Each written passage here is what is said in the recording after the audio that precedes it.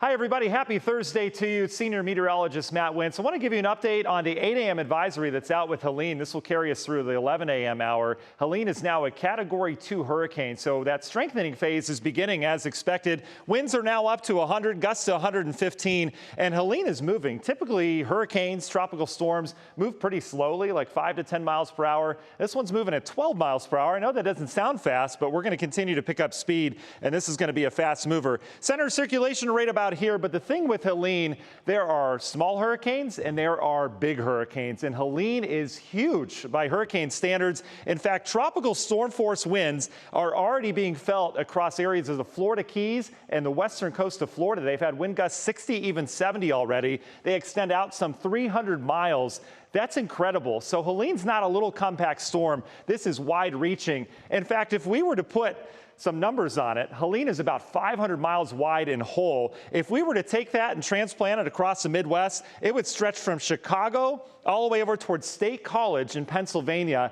That's how big this storm is, just for perspective. So in terms of impacts, we're not talking just Florida where it hits. This is going to be all over the southeast and eventually the Tennessee Valley. So as we go through time, notice we've got some rain bands already heading into Florida. There's a big tornado threat on the northeastern side of the system as well. There always is with hurricanes. You get the most shear there. So they've already had numerous tornado warnings across Florida. That will continue today. One of the biggest threats, though, as it approaches is storm surge. What is storm surge? Well, if you get enough wind across hundreds of miles of ocean, it's kind of like pushing your hand through a bathtub. That water is going to pile up, and that's exactly what happens with storm surge. All that water with the wind piles up against the shore, and so this storm surge is expected to be anywhere from 10 to 15 feet high.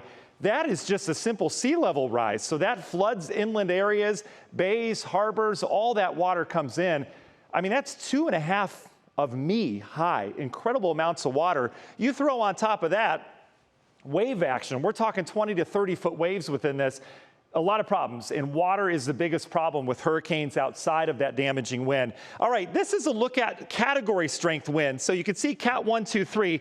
We don't want areas in the orange in terms of wind. Look at the wind field. Tampa, if you have friends or family down there, the worst of the wind is going to be just offshore as it looks right now. They're still going to get hit with some strong winds, but the worst of it, as I mentioned, is going to be just out towards the west of them.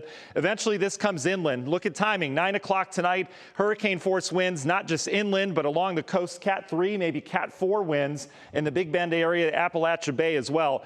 All of this heads inland, and then they get wind damage across Georgia. The winds will eventually start to fan out, but we're still talking Category 1 hurricane winds as far north as areas of West Virginia and Kentucky. Rainfall is the other big issue with this. All the heavy flooding rains will stay south of us, but notice all the rain down in Atlanta.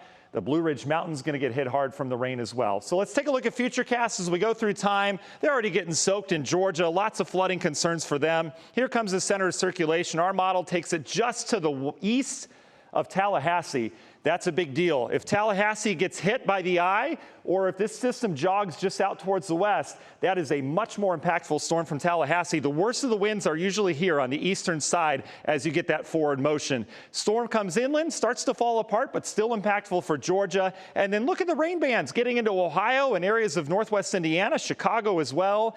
Not a lot of rain, but we'll have some wind and some bands of rain that come in as we go throughout the daytime Friday into Friday night. So, yep, we get a little bit of rain out of it. Bulk of the heavy stuff is going to be down towards the south, but it's still going to be a very impactful storm. Next update is coming on later this morning, and I'll tell you, those winds are only going to pick up as we're expecting further strengthening as this becomes a Category 3 or perhaps even a Category 4 storm before it hits landfall later on this evening.